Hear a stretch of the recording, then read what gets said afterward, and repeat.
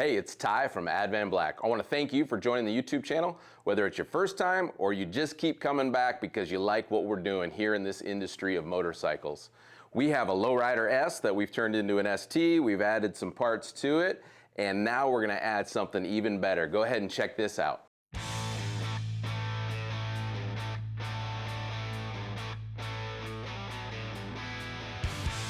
So here you can see we have our Performance airbrush kit. We are going to do a full body swap on this Lowrider S, turn it into a Performance ST. As you can see, there are some awesome colors that make this thing pop. It is unique. You're not going to see anything like it, and that's what we love about it. We are trying to be unique. We're building this bad boy for Sturgis, so you're going to be able to put your hands on it, touch it, and smell it.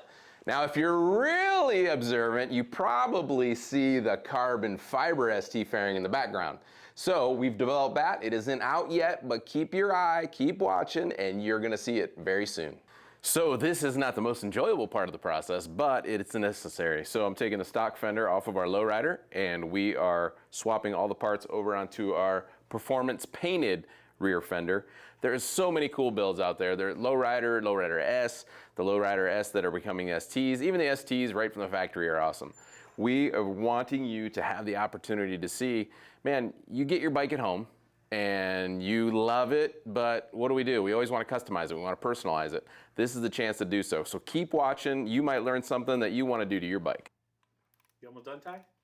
We're getting there. Holy cow. Oh, all right. So what you see here is our 2023 Lowrider, and currently it's naked.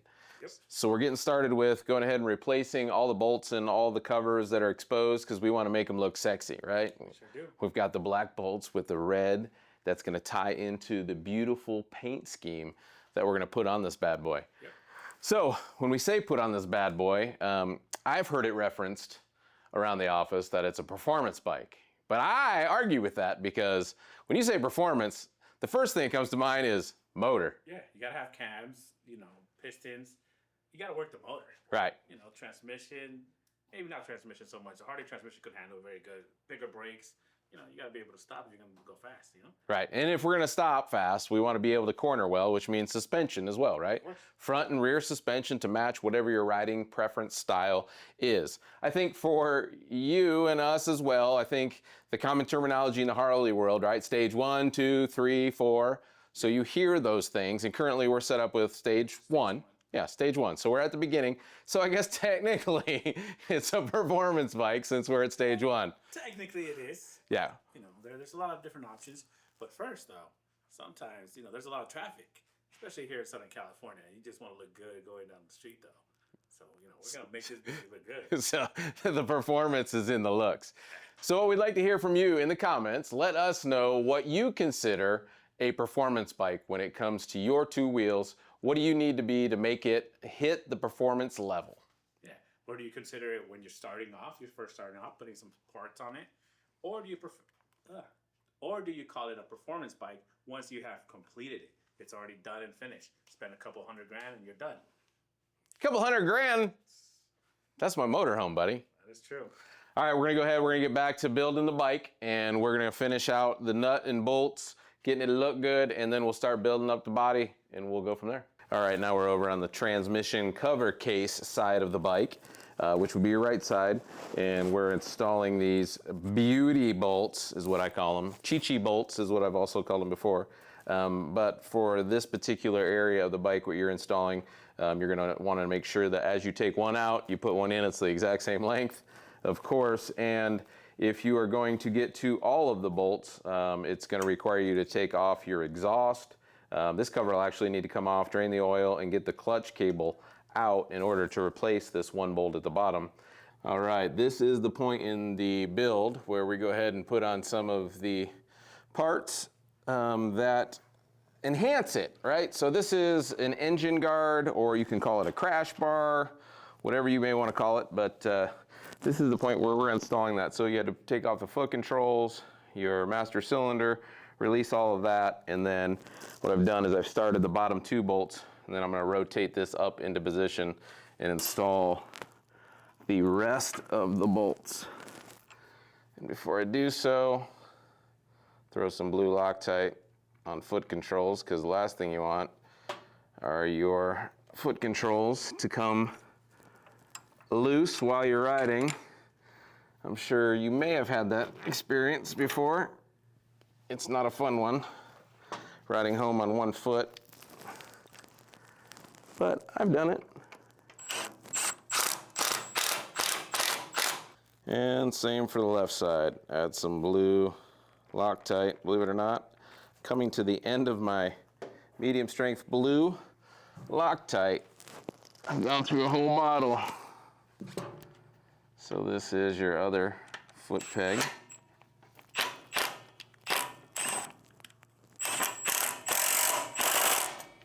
Alrighty, we just finished up with the foot pegs, and I had the theme of red in my mind, so I figured, you know what, let's move to the back of the bike and swap out the wheel and tire combo. We actually have a red, translucent red tire and wheel combo that we want to put on, and it's going to make a dramatic difference just adding this wheel and adding this pop of color.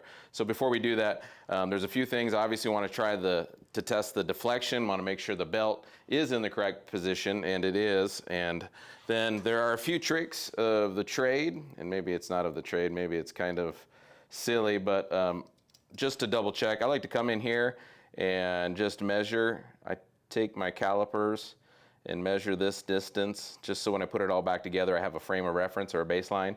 And it's actually ironic that this distance is the same distance as the nut is. There's no correlation, but just thought it was coincidence. And then that will give you a frame of reference again of where your belt is in regard to setting this whole setup and this assembly back together. So first thing we're gonna do is we're gonna remove the C-clip or the E-clip or the Pac-Man clip, and thankfully it didn't go flying across the shop. And then next we're gonna go ahead and grab our 36mm socket, throw it on a breaker bar, and we're gonna break loose the axle nut. All right, no busted knuckles there. That's always good. So you're going to want to remember the stack up of everything regarding of how the wheel comes apart and goes together. So if you look on the inside of the rear frame here, you've got your brake caliper mounting bracket, and then you have your wheel speed sensor, and then you've got your wheel, and then you go around to the other side and you've got your spacer, and then so forth and so on. So now that I've got this loosened, I know that's going to move. I use these adjuster nuts. I go ahead and loosen those up. If you're really anal, you can go ahead and count the number of times that you turn it out. That would be pretty fantastic. But that's going to give us some play so we can move the axle and wheel forward when we go ahead to move and take off the caliper. And so getting the caliper off, it's two 12mm bolts.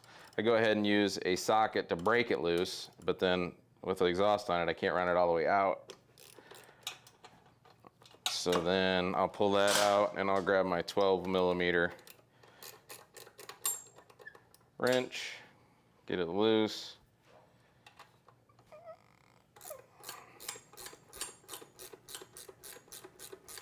I'm gonna work these out, and obviously you want to get the caliper off of the rotor in order to move the wheel out. It's got to be off the rotor to be able to move it out of the wheel, out of the way of the wheel, so that the wheel can slide out. So again, we're showing this to you, that hopefully you at home can do this. Again, I am not a master mechanic, but I am someone who loves to work on vehicles. 2-wheel, 4-wheel, doesn't matter. All right, so there you can see how that slides up and out of there. We'll set that off to the side. If you're real particular, you can put a towel on your exhaust so you're as to not scratch it. Go ahead and remove nut, washer, and that is a washer, that isn't a spacer, so make sure you don't mess that up. So I did check, it's the same distance, and obviously you want your axle to be true and square to the frame. So we got the same distance on both sides, so I'm just loosening again up the screw on this side, and now we can move the axle got my dead below hammer, and then I'm gonna hold up a little bit just so that the axle comes out straight. And over here, I like to line my bolts up and put them in the order I take them off, just so that I know where everything's at. So now we need to go ahead and move the wheel forward so you can get after it.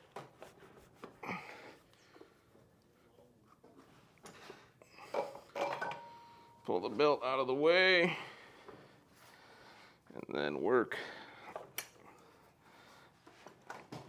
Got the speed sensor, remembering that the speed sensor is pointed down. So pulling off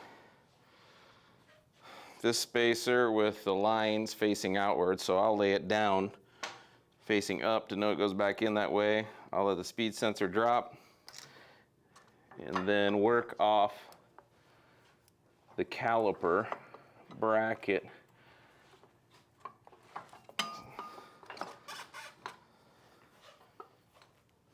And same thing for the other side. Pull off the spacer, notice which way the lines are, set it face up so in which way it comes off.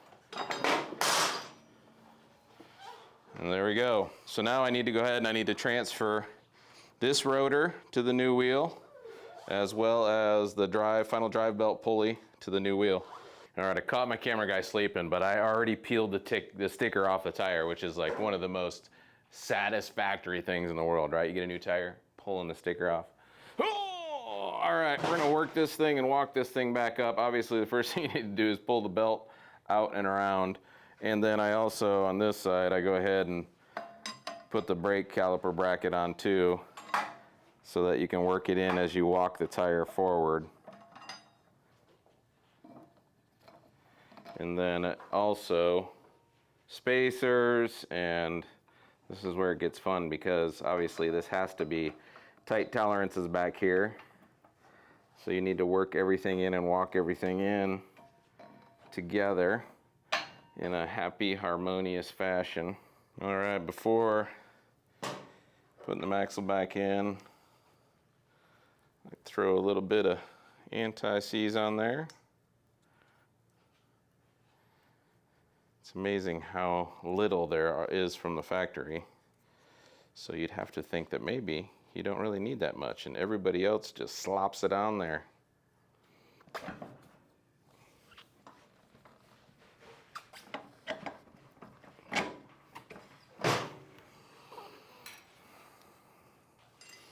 Looking good.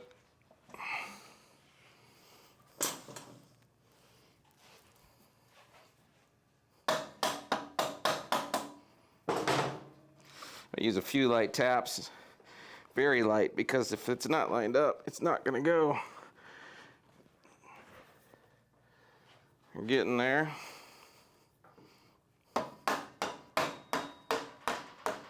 She's home, that's what we say.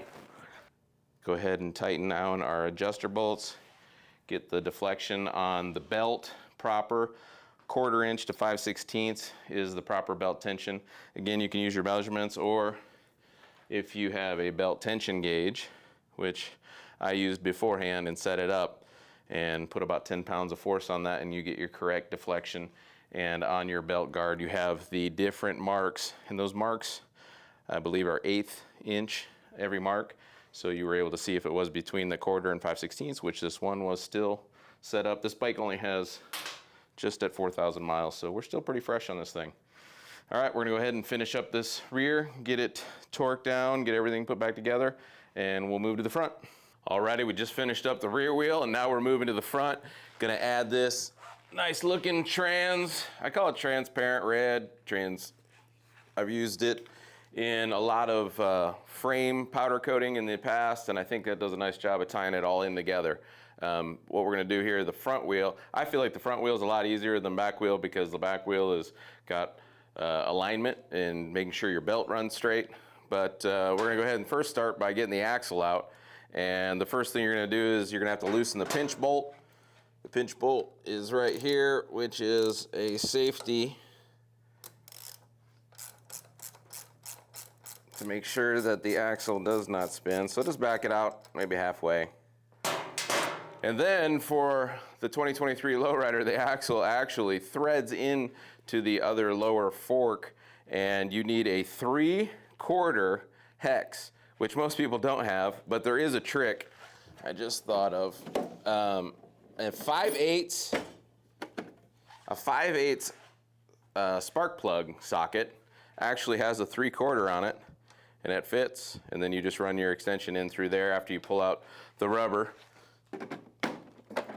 Just a helpful tip, so that way you don't have to go buy a special tool. So now we're gonna go ahead and we're going to loosen up the axle. Got that loose. And then I move over to the calipers. 12-point socket. You can just bring the caliper back and set it right on there. So now I can get the wheel speed sensor, set that across. Crash bar as well. Again, this has the line on the outside, so I'll put it face down. And we'll pull out the wheel. All right, got the rotors swapped to this wheel. Torqued them down to 24 foot-pounds. And now you just want to check to make sure the rotation of the wheel is correct, since this wheel is symmetrical in that regard. Go ahead and drop it in. And again, I chose to do the wheels now while the fenders are off and you don't have a lot of interference issues or potential scratch issues. Something I did do too is, believe it or not, the inner part of the floating rotor is gloss black. So while we've got things off, it's a good time to go ahead and clean them up. I'm gonna go ahead and just put a thin film of anti-seize. And again, I absolutely hate this. It gets on everything and sticks on everything. I bet my towels at home around my sink. Heck, I probably even crawled into bed late at night because I'm so tired, and it's probably even there. This is your spacer. We're gonna go ahead and get the axle started in to the spacer. I've got the wheel off a little bit. It's light enough. Go ahead and work that through till it just about pokes out the other side. Gonna bring back the wheel speed sensor. Obviously the part that detects the wheel speed. ABS is there, and I'm gonna switch spots.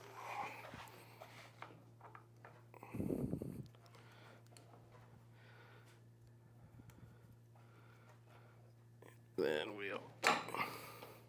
All right, we've got the axle in, torqued down to 72 foot-pounds. It says 70 to 75, so I always go in between. And currently I am tightening down the pinch bolt to make sure that that does not back out. There you go. Double check. And then all we've got left is to put the calipers on, and then we're done. This thing can roll, and we'll move on to the handlebars and wiring next. All right, handlebars are ready to set on. Walk the bars over, feed the wires through the center slot, and put the bars into place. Grab your clamp.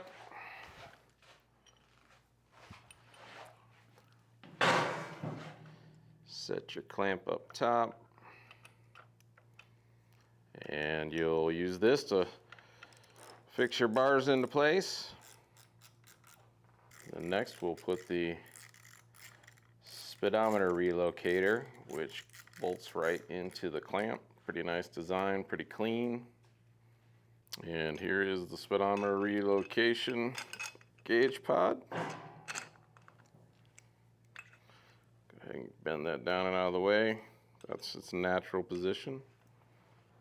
It's gonna look nice with the speedometer right in front. All right, now it's time for the speedometer to go in. Feed the wire harness through. Pull it. Install the gauge pod. There are 2 screws that will hold that in. And then there are also extensions. Since we're running a 12-inch riser setup, right now you've got to extend all of your wire harnesses so that they will reach where they need to plug in. Alrighty, so now it's the wire harness extension, so we've got everything pulled through. What I like to do is I like to take the extensions, I go ahead and I pull out the connection hub, I pull it right out of the neck so you can clearly see. When you pull that out, make sure that you bring it out, wiggle, jiggle, all that fun stuff to get it out. Don't just pull on it and jerk on it. Those are obviously sensitive connections. So I pull everything out, I put the extensions right into where they all connect, and then I bring them up to the harness that comes out of the handlebars, and then I just match them up and plug them in. Definitely not rocket science. And last one.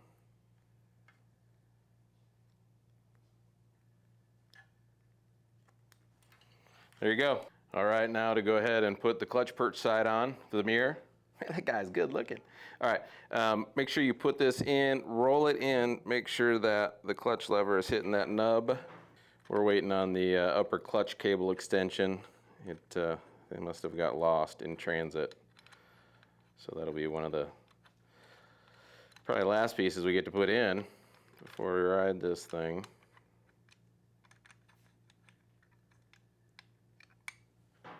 And then we'll move over to the front brake. All right, on the front brake side, we actually, I actually had this made local at a company that's near us to extend our brake line. Same deal. Go ahead and start it in, rotate it, and then put each screw in, top and bottom.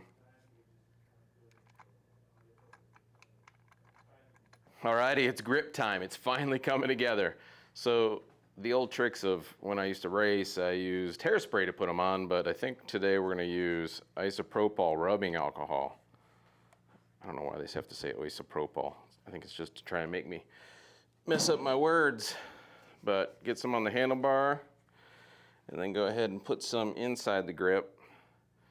It'd be nice if I had a little way to spritz it in there. Put some in, shake it up. There's a hole on the end to hopefully get the compressed air out. So here we go.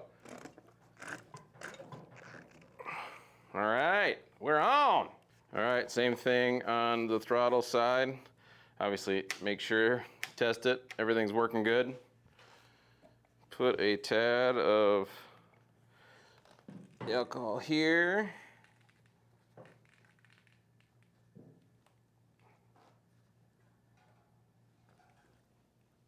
All right.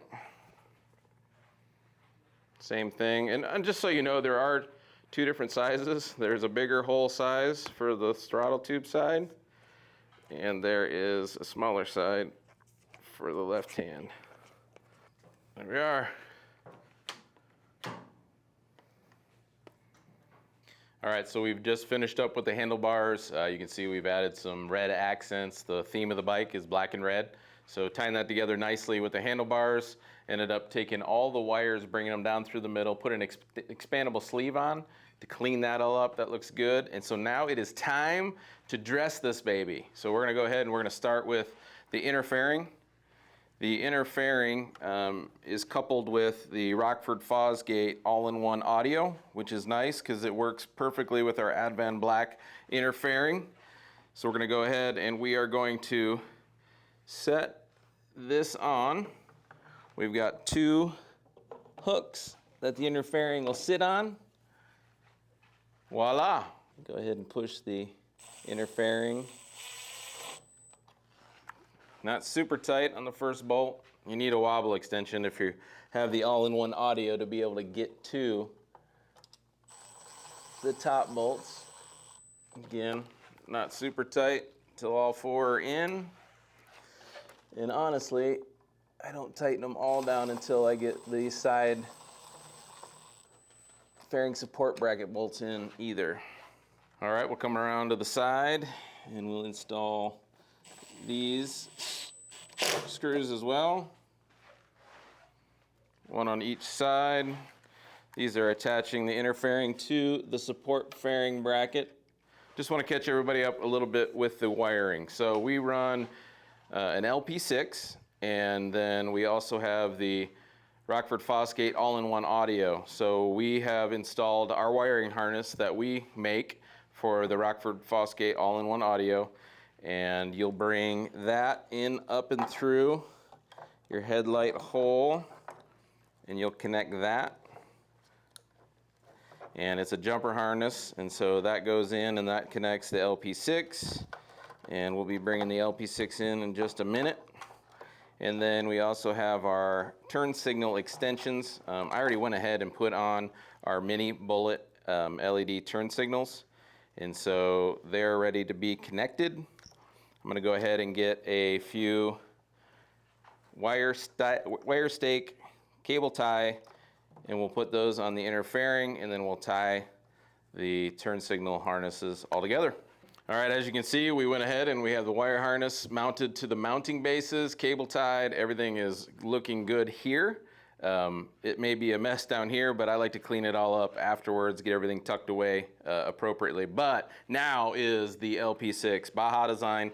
Actually, Bill from Baja Designs actually came up and installed this lens pod kit. This is the factory amber color. It looks really good. So we're gonna go ahead and we're gonna put it on the bike now, and we'll go ahead and make the plug-in connection, make sure that it snaps. And then I have 4 bolts. 2 are to secure it, and the other 2 are in a slot so that you can adjust the tilt angle up and down to your desired shining of brightness. You can actually point these a little bit more down on the road because they are so stinking bright, and we don't want to shine them in people, especially when we're splitting lanes, right? And it's coming up on the side mirrors. People get blinded. Next thing you know, they're drifting into you. So I point it a little bit down, and there's still plenty of ample light to see down the road. I love these lights. This is kind of like a shining jewel on the bike. I believe that bright lights save lives as well as loud pipes. So any chance I can get, I am going to make sure that I get an LP6. I'd love to get some S1s to match that as well, but we've installed our mini turn signals at this point. We're going to go ahead and we are going to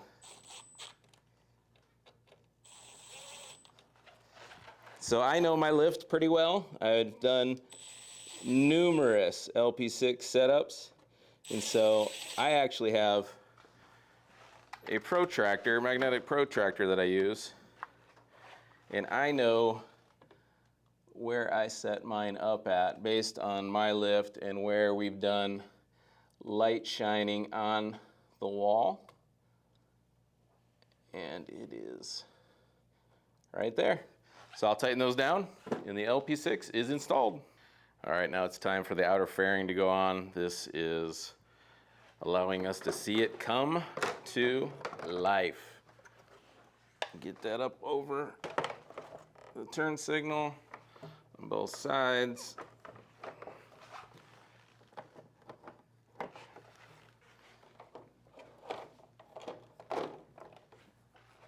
Take screw. Again, if you've watched my videos in the past, you know don't ever use power tools.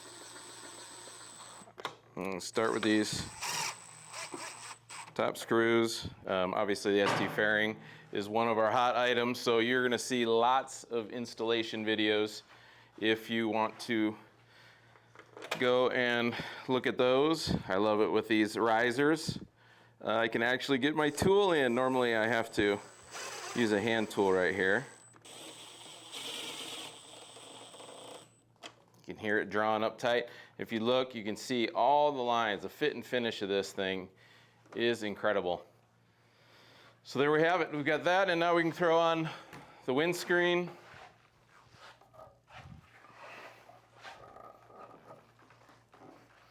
I know that we do a lot of quick 1-minute Instagram videos of us installing these parts, so you're getting to see a little bit more real time how long it takes. So a little trick is I use a T25 Torx on all of these because these Allen heads or hex heads have a 4mm or I think it's 5/32, and I never know, but you know what? The T25 works on all of them. So I like to get them just kind of all started, and then I'll go back around and hand tighten them. Again, you don't ever want to cross thread these, or you don't ever want to use blue Loctite. And you don't want to sink these things, torque them all the way down, because these are just rubber grommets and it'll pull right through. If you get it down just sub flush of the grommet, that is a great way to consider it home and call done. All right, we've completed the fairing, and now we're going to move down to the front fender. And this is rather simple. 4 bolts, and making sure that you've got blue Loctite. Last thing you want is a front fender coming off and tripping you up.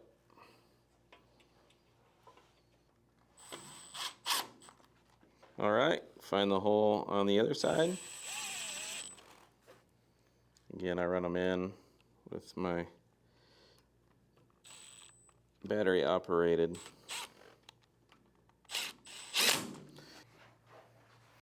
All right, just giving it a quick wipe down, making sure that I don't leave any fingerprints on it, especially if I've had blue Loctite on my fingers. I'll wipe it down, and then we'll go ahead and we'll move back on the bike. So the next thing will be the gas tank, the fuel tank. All right, moving on to the fuel tank, also known as the gas tank.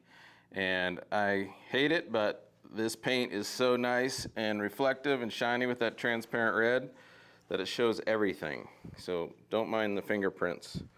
All right, we're gonna set this on the spine of the bike. We've got 3 connections that we're gonna make.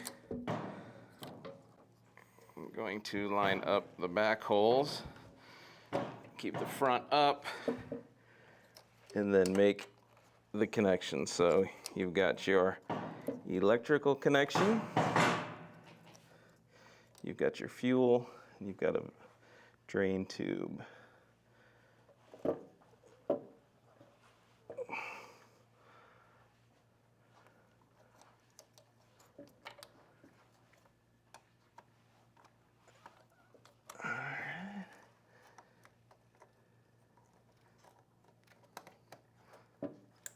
Click, click, boom.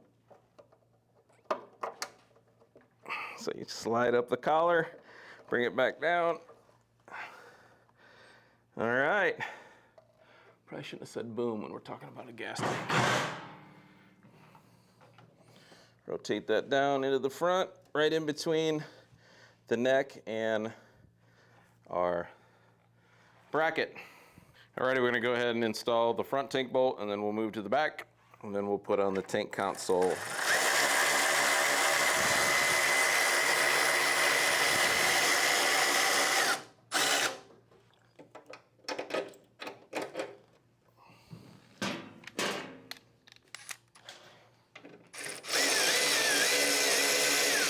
I like to screw it all the way through and not hit it with a hammer, because I don't want to mess up the threads.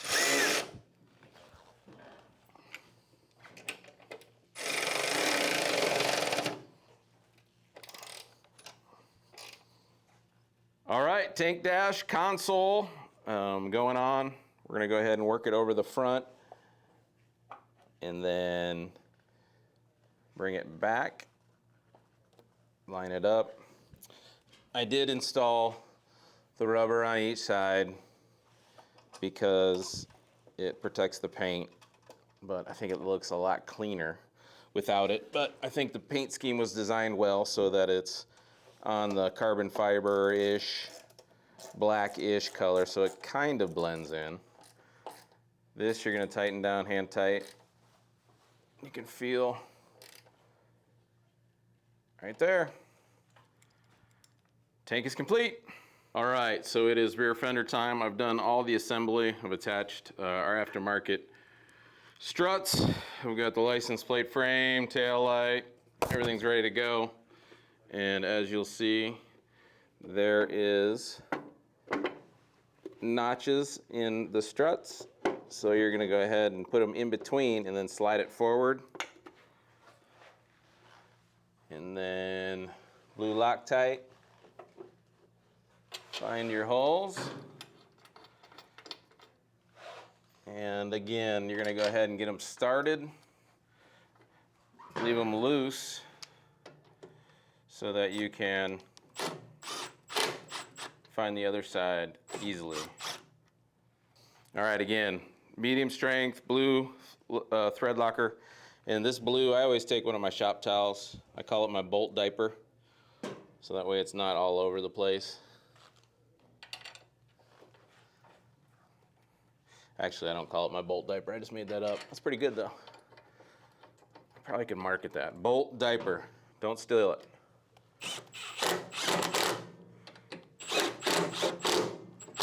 Alrighty, it's saddlebag bracket time, and we are installing it in the front with a rear foot peg. Since we're running a 2-up seat, it's always good to have rear passenger pegs.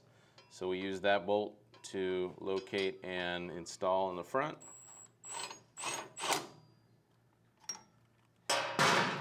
And then we'll move to the back. And for this install, I found a couple of washers that fit in here. Since this is aftermarket, the stock do not fit in that recess. We're gonna go flush with it. And then we'll go ahead and we'll mount our mounting hardware for our tour pack. Make sure to hold the bracket in the back as you saw it fall off. There we go. I'll hand torque that down. We'll do the other side the same exact way.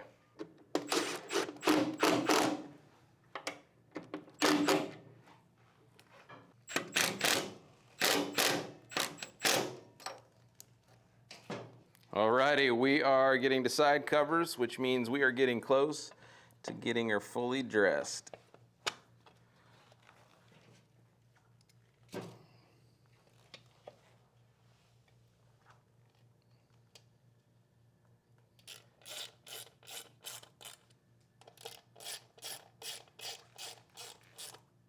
All right, on this side for the side cover, you've got the 2 alignment push pins and 1 bolt. On the other side, it was 2 bolts and 1 pin. So obviously there's only one way that these can go on. Can't mess up your left and your right.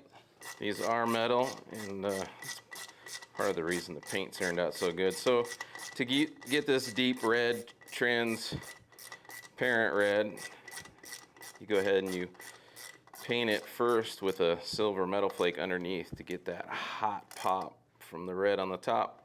All right, saddlebags. All right, so you've got your turn knobs and you've got your washer. Obviously, the washer gives you a good source to be able to spread the load of the small narrow knob that's tightening in on the rubber grommet. So don't forget your washer. All right, left saddlebag going on. Oh, it feels so good. We're almost there. I still keep saying I'm gonna figure out what socket fits these.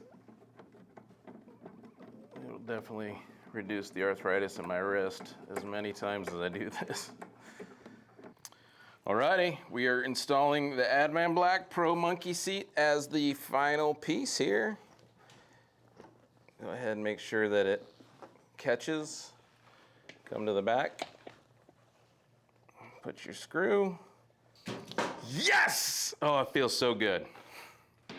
She is done.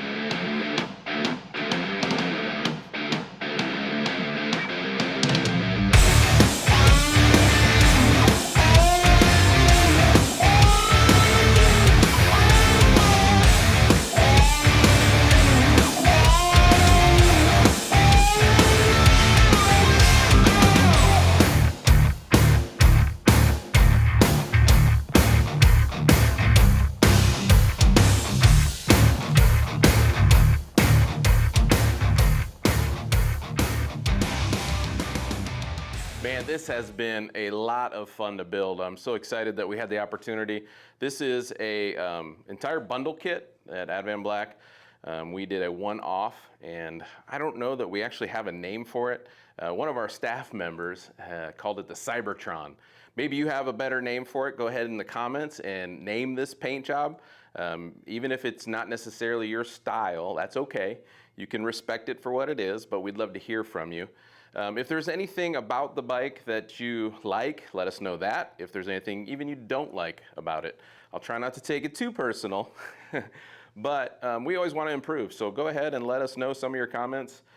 This has been a fun build for Sturgis, so lots of people had the opportunity to take a look at it and see it live as you've been able to check the lines, the fitment, the finish. Let us know what you thought. We want to continue to get better. So thank you for following us on YouTube. This is our Advanblack YouTube channel, and we want you to continue to follow. So hopefully this is something you will continue to do. Hit like, hit subscribe, and we will see you next build.